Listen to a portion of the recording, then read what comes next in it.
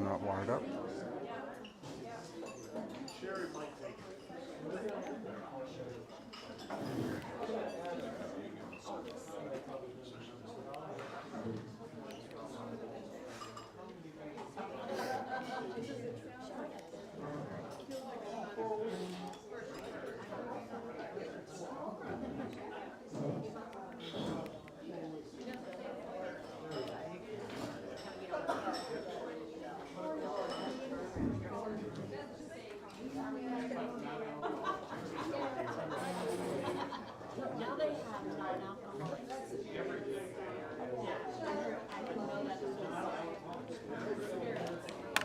All right, y'all ready to roll?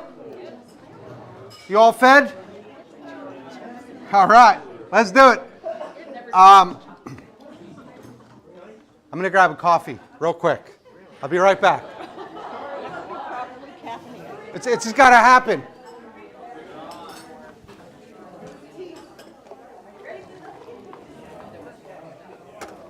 Whoa.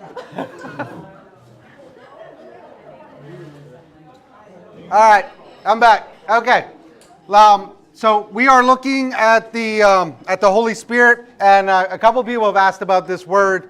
It's just a fancy word for Holy Spirit, study of the Holy Spirit, pneumatology. But we're not going to get into the fancy parts of the Holy Spirit. We are primarily going to talk about what does the Holy Spirit actually do? Like what is the purpose of the Holy Spirit in your life? What does it do? That's where we're going to center in on, okay? So, but I do want to go over a couple things first. We will not be here later than 7:45 and hopefully earlier. So, going through the Holy Spirit, one of the things that I think is severely neglected in the church is the study of the Holy Spirit. We talk about Jesus a lot, talk about God the Father a lot, talk about, all sorts of things a lot, but we don't spend a whole lot of time in the Holy Spirit. And so I think there's a lot of misunderstanding, a lot of I'm not sure I understand how this works with the Holy Spirit. So I'm going to try to kind of fix some of that, maybe. So this is a quote from a great theologian. He says, "When the work of the Holy Spirit has been forgotten or suppressed, the power of God is apt to be understood as distant, hierarchical, or coercive." And I think that's I think there's a lot of truth there. And I think one of the main things that we see is this idea of the Holy Spirit being somewhat distant. Because if you don't understand something, then it's very difficult for the Holy Spirit to be this really radical, alive part of your life. And particularly in denominational churches. So denominational churches, so that would be like Lutherans, Presbyterians, Methodists, Baptists, Episcopalians. They all get super uncomfortable when you start talking about the Holy Spirit. But there are churches that love talking about the Holy Spirit, and they talk about the Holy Spirit probably to an excess. That would be like non-denominational churches, charismatic churches, that sort of thing. So if we did this with those churches, they would be like, this is amazing, let's go teaching on the Holy Spirit. But in an Episcopal setting, it's kind of one of those topics that's, for some people it makes them uneasy, for other people they don't quite know what to do with the Holy Spirit. So I'm going to kind of break this down and show you just in 2 slides why I think the Holy Spirit is really important to study. And it begins with the ascension. And so Jesus is going to come into the world. This is Christmas, yeah? Jesus is born. We celebrate Christmas. And then he's going to live 33 years, roughly. And 3 of those years are going to be involved in active ministry. But all of that time is dedicated to one specific purpose. What is that purpose? To die on the cross. Comes into the world to die for the sins of humanity. That's why he comes into the world. So 33 years is going to be him moving from from birth to the cross. And then after he dies, he's going to resurrect. And then he's going to spend some time with his disciples. And after that, there's going to be a point where he's going to ascend. He's going to go back to the Father.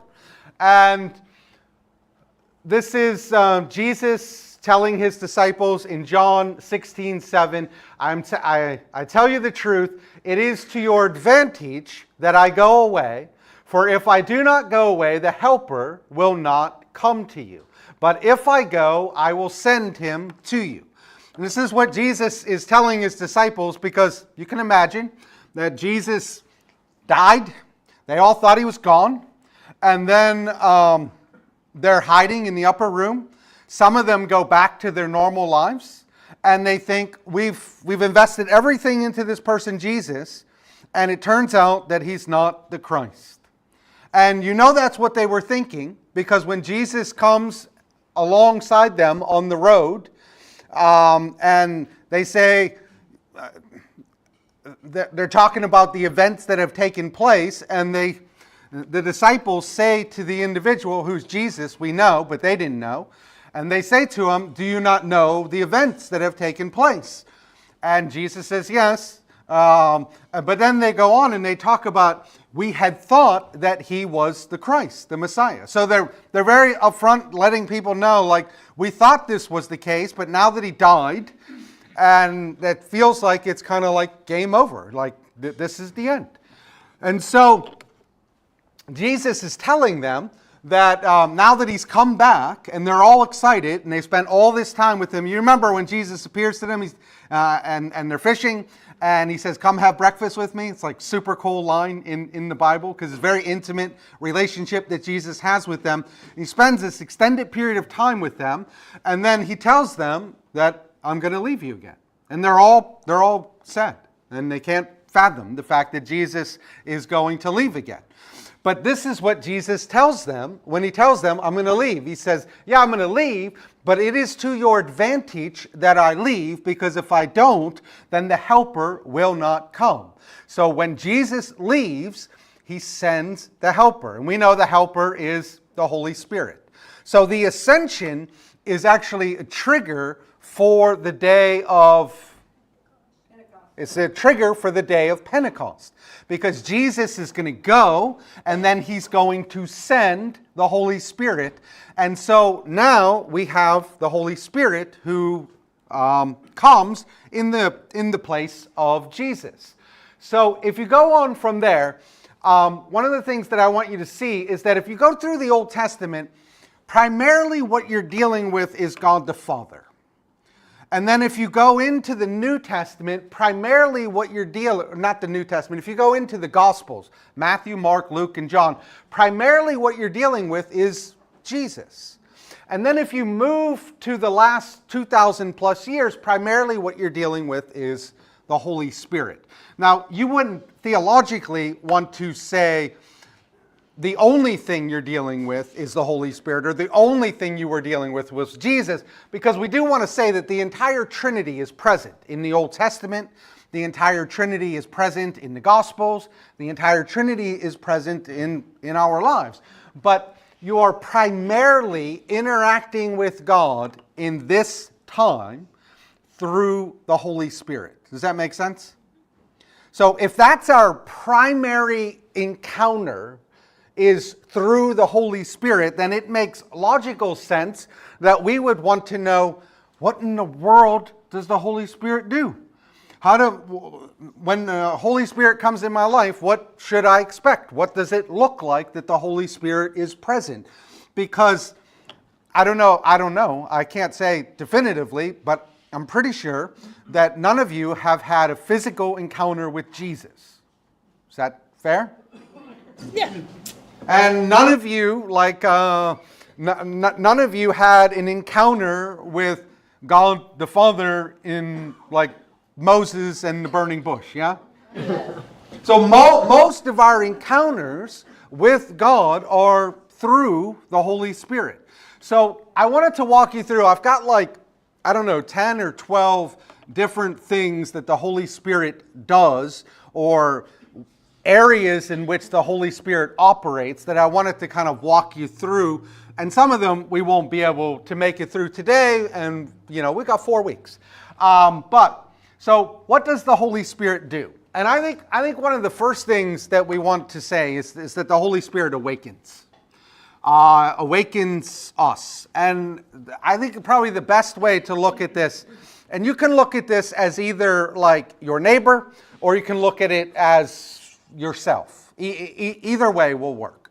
But I'm sure that you've met people, I'm sure that you have been somebody who just is going about their normal life. Like people that are going about their normal life. They're focused on their career, they're focused on their families, they're focused on college, they're focused on getting as much money as they can possibly get, they're focused on being the head of the homeowners association, whatever they're focused on. I don't know who wants that job, but I'm betting I got at least one head of the homeowners association in here. I knew it. I'm sorry, Bonnie. We'll pray for you afterwards. But, people get focused on a whole lot of things. And then I'm also sure that you know somebody who was going down that road, and there's this sudden change in their life where they're suddenly awakened to a God that is there. They haven't thought about God. They don't really think of their past life has been completely consumed with this life right here. But something takes place in their life where all of a sudden they start thinking about God. And this is part of what the Holy Spirit does. The Holy Spirit awakens hope in people, a yearning. But one of the main things that the Holy Spirit awakens in us is a restlessness. And you see this in people's lives where they're going along their normal lives, and all of a sudden they come to a realization that there has to be something more than this. And this is a movement of the Holy Spirit awakening people to something that is beyond them. Am I out there on a limb all by myself? Or you all have experienced this? You've seen this take place in people's lives? Yeah? This is common. And oftentimes when we do it, we generally chalk it up to anything but the Holy Spirit, right? We'd say, wow, that's amazing. This thing must have triggered this, or this is taking place over here. But we generally don't think of it in terms as the Holy Spirit working in their lives. If Jesus sends the Holy Spirit to come into the world, then that means that the Holy Spirit is present in the world that you and I live in. And if the Holy Spirit is present, it's not just going to be like dormant. It's going to be active. It's going to be doing things. We should expect that the Holy Spirit awakens people to God. And you see this all the time in people's lives. And it's one of my favorite things to see, because we all know those people that you would say they'll never become a Christian. Like, we all have those people in our life. And my response to that typically is, yeah, in and of themselves, they will never become a Christian. But the power of the Holy Spirit awakening them to something that is greater, something bigger than them, happens all the time. And probably many of us were those people to other people. So for example, like myself, I had many people in my life who thought that I would never become a Christian. And then you have these people whose lives are awakened and they're alive, and many of you all are those people. And so When you look out at your friends and your neighbors and your coworkers and whoever else, and you think like that person would never accept Jesus, never actually live the Christian life, remember where you were. Remember the awakening power of the Holy Spirit in your life. And so I think this is one of the first things that we should kind of look at and expect, is that the Holy Spirit is doing things in people's lives that you are unaware of. And oftentimes we like to think that we have full knowledge of what's going on in somebody's life. When in reality, you only see what's outside, and you don't see the inner wrestling until the inner becomes the outside, until there's a physical or a spiritual change that takes place in their life. So it's a longing for God's coming kingdom within us, within our loved ones, and in the world around us. And I think that we should expect this. So that's the first thing that the Holy Spirit does that I wanted to talk about. The second thing that I wanted to talk about is that the Holy Spirit creates new life. And so it's kind of playing off what I just talked about with the idea of being awakened. The Holy Spirit creates new life.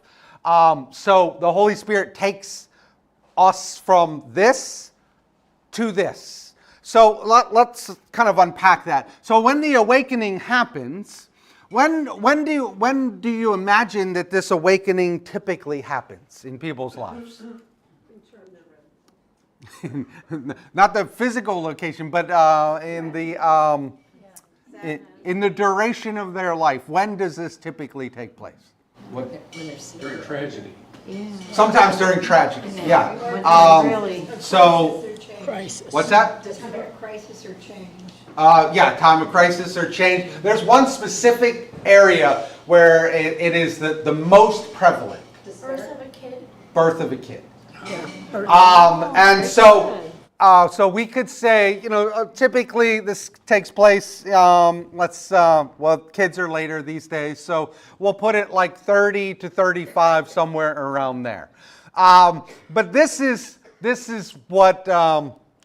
when the awakening typically happens. Now sometimes, I hope that my kids have an awakening like right now, and sometimes it takes place much later in life.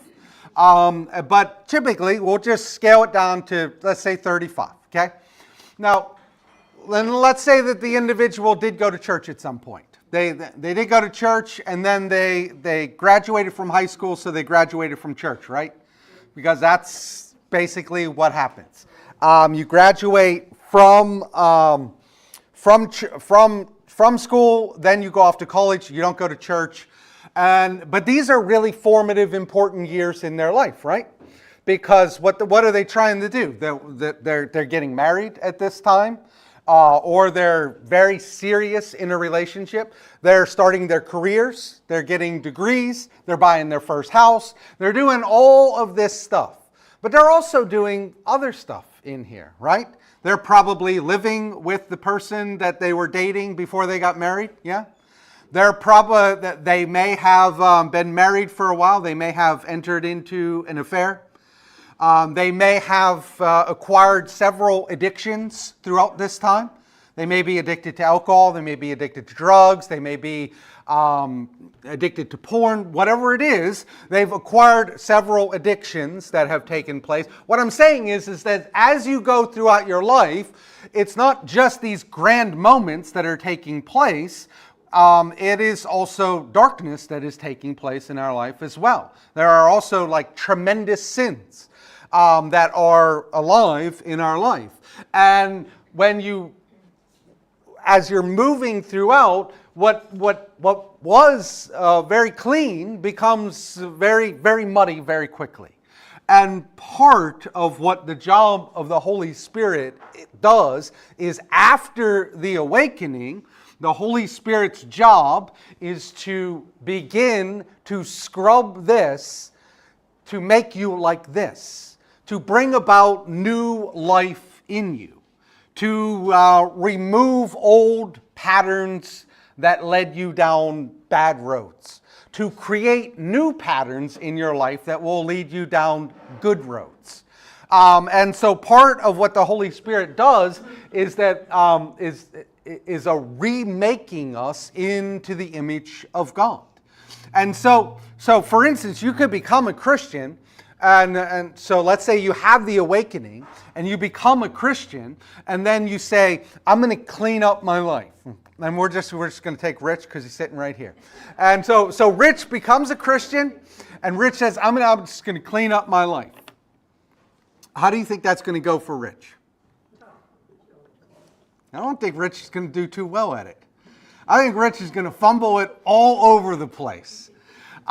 Because that's generally what we do. Like if you ever seen somebody who wants to like completely clean up their life, it's kind of a mess oftentimes, because they want that, but they can't actually will themselves to do what they want.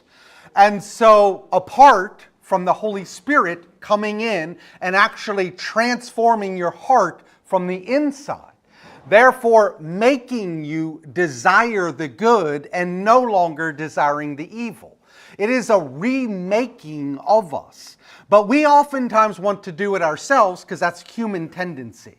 But it is the role of the Holy Spirit to come into our lives and to begin to, I just preached on this not too long ago at the Daughters of the King, but to come into our hearts and to begin kind of rearranging the furniture.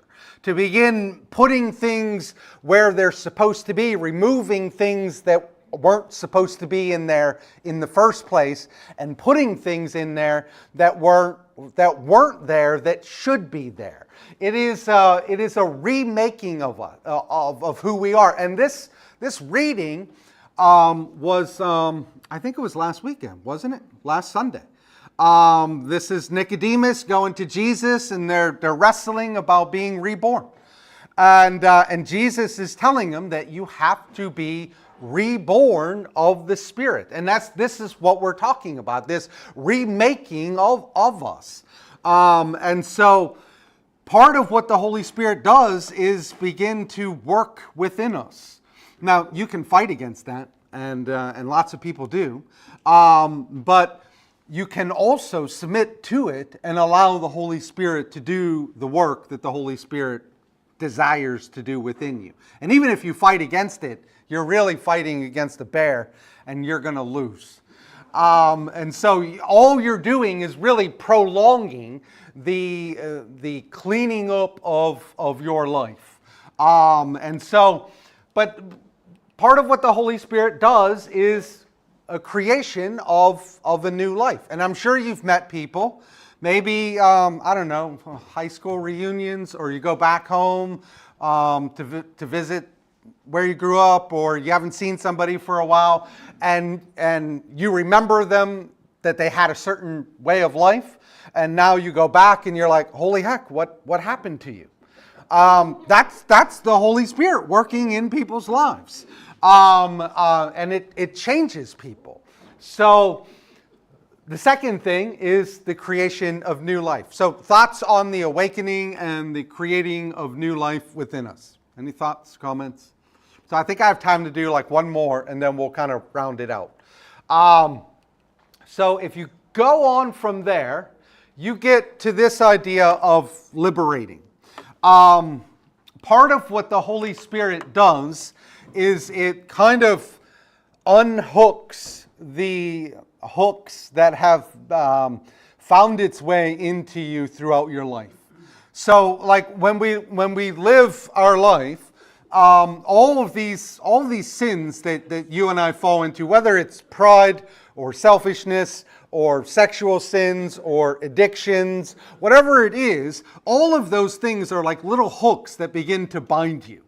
And they begin to change you. Like, so for example, if you know anybody who suffers with addictions, they're not the person they were before the addiction, right? because that addiction actually begins to control them and change them and mold them. And it's these hooks that get stuck in them. And part of what the Holy Spirit role is to come alongside us and to free us from the sins that we allow to grip onto us, to free us from the bind that Satan has on us, to free us from death, and to free us to be the people that we were meant to be. It's this process of liberating humanity from slavery, from being in bondage to sin. Because if you are controlled by something, whether it's porn or sexual sin or alcohol, whatever it is, if you're controlled by something, then you're in some form of bondage and you're not free to be the person that God is calling you to be. And part of the Holy Spirit is to come in and to begin to unhook those things and to give you the freedom to be the person that you were meant to be. Does this make sense? So it's part of how you're being recreated to be the person that God called you to be. And so, but a big part of that is liberating you from sin, Satan, and death. These are the main things that Jesus freed us from. As Christians, we are free from these things. Death does not have the last word. We are no longer bound to follow Satan. We are followers of Jesus Christ, and sin no longer reigns in our life, but grace and freedom and the Holy Spirit. And so these are the first three things that the Holy Spirit clearly does in our life. Is there's an awakening that takes place, and then there's a creating of new life, and part of that creating of new life is liberating us from the things that previously bound us, from the things that prevented us from being the people that we were supposed to be. Questions, comments, concerns, issues? Anybody need counseling? Yeah. Always. You can come visit me tomorrow. Where does the line form? What's that? Where does the line form? It formed yesterday. Or maybe like a month ago. Yeah. Nothing? We're all good? We're good. All right. So for the next 3 weeks, we're going to walk through a bunch more of these, and then I'm going to walk you through the Ordos Salutis, which is basically the order of salvation. And it's very interesting to see because it's a very complicated system, but you can see your life in the Ordos Salutis, and you can see all these things have taken place in your life. And I'll show you where the Holy Spirit's at work in that over the next 3 weeks. But it's been fun. Appreciate it. Have a great Lent. And I'm sweating like crazy. Is it hot in here? Oh.